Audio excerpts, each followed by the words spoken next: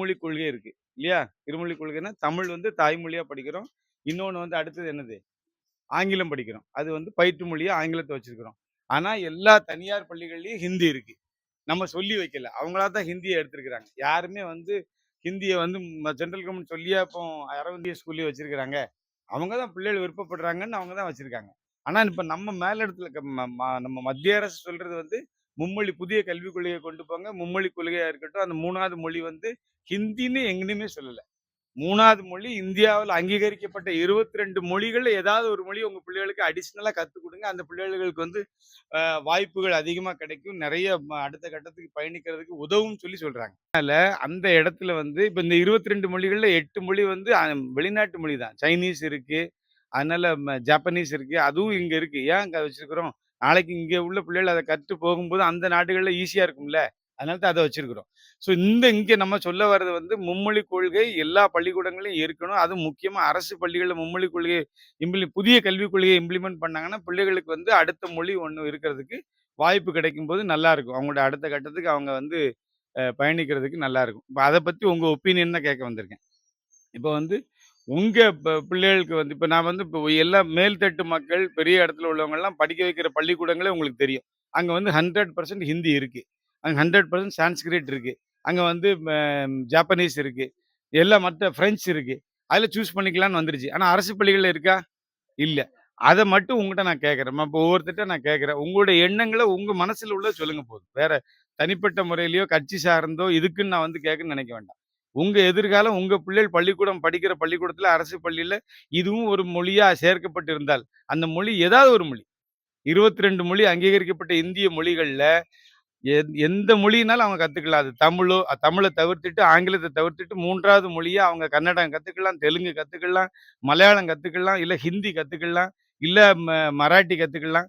அந்த மாரி வர்ற இடத்துல உங்க பிள்ளைகள் கத்துக்கொள்ளக்கூடிய இடத்துல எவ்வளவு தூரம் நன்மை இருக்குங்கிறத நீங்க நீங்க உங்க உங்க மனசுல இருந்து நீங்க சொல்லலாம். சரியா? உன் பேர் என்னம்மா? என் பேர் தீர்த்தம். கிட்ட நில்லுமா. கிட்ட தான் தெரியும். உன் பிள்ளைகள் எங்க படிக்கிறாங்கல்ல? அங்க ஏதாவது அடுத்து 3வது மொழி ஏதாவது கத்துக் குடுக்குறாங்களா? இல்ல. அப்ப அரசு பள்ளிகள்லயோ, இல்ல அரசு உதவி பெறக்கூடிய பள்ளிகள்லயோ, இந்த புதிய கல்விக் கொள்கை திட்டம் வரும் பட்சத்துல, அந்த பிள்ளைகளுக்கு வந்து ஒரு இன்னொரு மொழி கிடைக்கும் பட்சத்துல, அதுகளுக்கு நல்ல ஒரு தைரியமும், ஒரு இதுவும் கிடைக்கும்ல? உன் பிள்ளைகள் படிக்கணும்ல? கட்டாயம். அடுத்த கட்டத்துக்கு போணும்ல. போணும்னா மத்த இன்னொரு மொழி கற்று உணர்வதில எந்த விதமான எதுவும் இல்ல. தவறும் இல்ல. அது நீ தவறு இல்ல. மனப்பூர்வமா அந்த பிள்ளைகள் நல்லா வரும்னு நினைக்கிறேன். ஆமா, கட்டாயம். நம்மளுக்கு தெரியாததுக்கு அதுக தெரிஞ்சுக்கணும். தெரிஞ்சுக்கணும். அடுத்த மொழி கத்துக்கிட்டு அடுத்த வெளி மாநிலங்கள்ல போகும்போது அதுகளுக்கு ஆமா ஒரு பலன் இருக்கு இல்லையா? இருக்கு. கட்டாயம். உறுதியா இருக்குல்ல? உண்டு. உன் உள் மனசுல இருந்தானே சொல்ற? கட்டாயம் உண்டுதான். ரைட். நீ வாம்மா. நீ என்னம்மா பண்ற? பாக்குற. சரி உன் பிள்ளைகள் என்ன எங்க படிக்காங்க? அவங்க இந்த இங்கிலீஷ் மீடியத்துல படிக்கிறாங்க. இங்கிலீஷ் மீடியத்துல படிச்சிட்டு இருக்காங்க. அந்த பிள்ளைகளுக்கு ஏதாவது 3வது மொழி ஏதாவது சொல்லிக் குடுக்குறாங்களா? ஹிந்தி தான் சொல்லி கொடுக்குறோம். சொல்லிக் குடுக்காங்களா? சூப்பர். எந்த பள்ளிக்கூடம்? பள்ளிக்கூடம் இது ஆர்ச்சி தான். ஆர்சி பள்ளிக்கூடத்துல படிக்காங்க. ஹிந்தி சொல்லிக் குடுக்குறாங்க. நீ ஆசைப்பட்டு தான் அந்த ஹிந்தி படிக்க வைக்கிற. அப்ப அதுல ஒண்ணும் திணிப்போ எதுவுமே கிடையாது. சூப்பர். நான் ஆசைப்பட்டு தான் படிக்கிறேன். அதனால பிள்ளைகளுக்கு ஒரு வளர்ச்சி வரும்போது அதுகளுக்கு ஒரு உதவியா இருக்கு இல்லையா? கண்டிப்பா. நாங்க தான் படிக்கல, அவங்க என்ன சொன்னாங்க? படிக்கட்டும். மகிழ்ச்சி. Super super. நீ என்னையா பண்ற? உன் மனைவி தானே அவங்க? சூப்பர். கண்டிப்பா தேவை சார். எந்த மொழி இருந்தாலும் ஓகே. உனக்கு என்ன பேரன் பிள்ளைகள் இருக்கா? பிள்ளைகள் இருக்கா? 3வது மொழி கண்டிப்பா படிக்கணும் சார். 3வது மொழி வேணும்.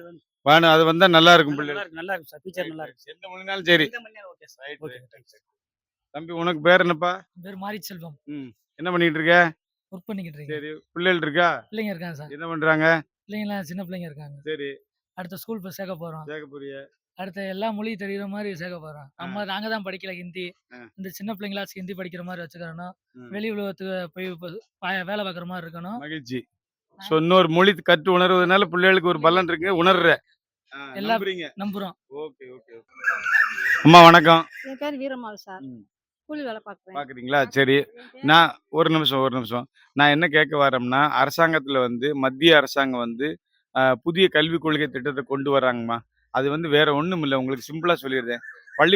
அரசு பள்ளிக்கூடங்கள்ல, அரசு உதவி பெறும் பள்ளிக்கூடங்கள் எல்லாம் வந்து இப்ப என்ன சொல்லிக் குடுக்குறாங்கன்னா, தமிழ் சொல்லிக் குடுக்குறாங்க, ஆங்கிலம் சொல்லிக் குடுக்குறாங்க. அதுக்கப்புறம் அது சம்பந்தப்பட்ட மத்த அறிவியலு, கணிதம் எல்லாம் சொல்லிக் குடுக்குறாங்க. இப்ப வந்து புதிய கல்விக் கொள்கை வரும்போது, அந்த இடத்துல தமிழும், ஆங்கிலமும் இல்லாம அந்த பிள்ளைகளுக்கு இன்னொரு மொழிய கத்துக் குடுத்தா நல்லா இருக்கும்னு நெனைக்கிறாங்க.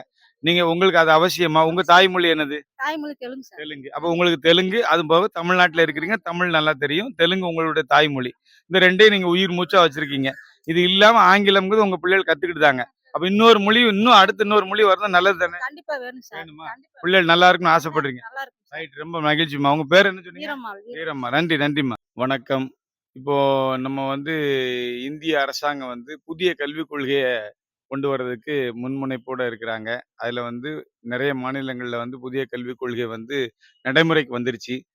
தமிழ்நாட்டுல மட்டும் அது வந்து இன்னும் நடைமுறைக்கு வரல. அதுக்கு பலவாறு காரணங்கள் சொல்லி அதுக்கு முட்டுக்கட்டையா இருக்கிறாங்க இந்த அரசாங்கம். நான் என்ன கேட்கிறேன்னா, இப்போ வந்து மும்மொழி கொள்கையுடைய சில விஷயங்கள் வந்து அடிப்படையா அதோடைய புதிய கல்விக் கொள்கை என்னங்கிறதே தெரியாம நெறைய பேரு பேசிக்கிட்டு இருக்கிறாங்க. நான் உங்களுக்கு உரிய வ ஒரு எக்ஸ்பீரியன்ஸ்ல உங்கட்ட நான் கேட்கிறேன். உங்க வீட்ல குழந்தைகள் இருக்கு. நீங்க ஒரு இடத்துல பணிபுரியிறீங்க. ஸோ உங்களுக்கு உங்களுடைய தாய்மொழிய தவிர்த்து, மற்றொரு பயிற்று மொழியான ஆங்கிலத்த தவிர்த்து, இன்னொரு மொழி இருக்கணும் அப்படிங்கிற பட்சத்துல, எத நீங்க தேர்ந்தெடுப்பீங்க? எந்த மொழினாலும் சொல்றாங்க. 22 அங்கீகரிக்கப்பட்ட மொழிகள்ல ஏதாவது ஒரு மொழிய வந்து 3வது மொழியா குழந்தைகளுக்கு கற்றுக் குடுங்கன்னு சொல்றது தான் புதிய கல்விக் கொள்கை. அந்த 22 மொழியில ஒரு 8 மொழி வந்து அந்நிய நாட்டு மொழிகள். அது கூட அவ்வளவு தூரம் அவசியம் இல்ல. இந்திய நாட்டில நம்ம அதாவது நம்ம நாடு வந்து பல மாநிலங்கள் இணைந்து ஒன்றுபட்ட ஒரு மாநிலம் தான் நம்ம இந்திய அரசாங்கம். ஸோ அதனால நீங்க என்ன நினைக்கிறீங்க?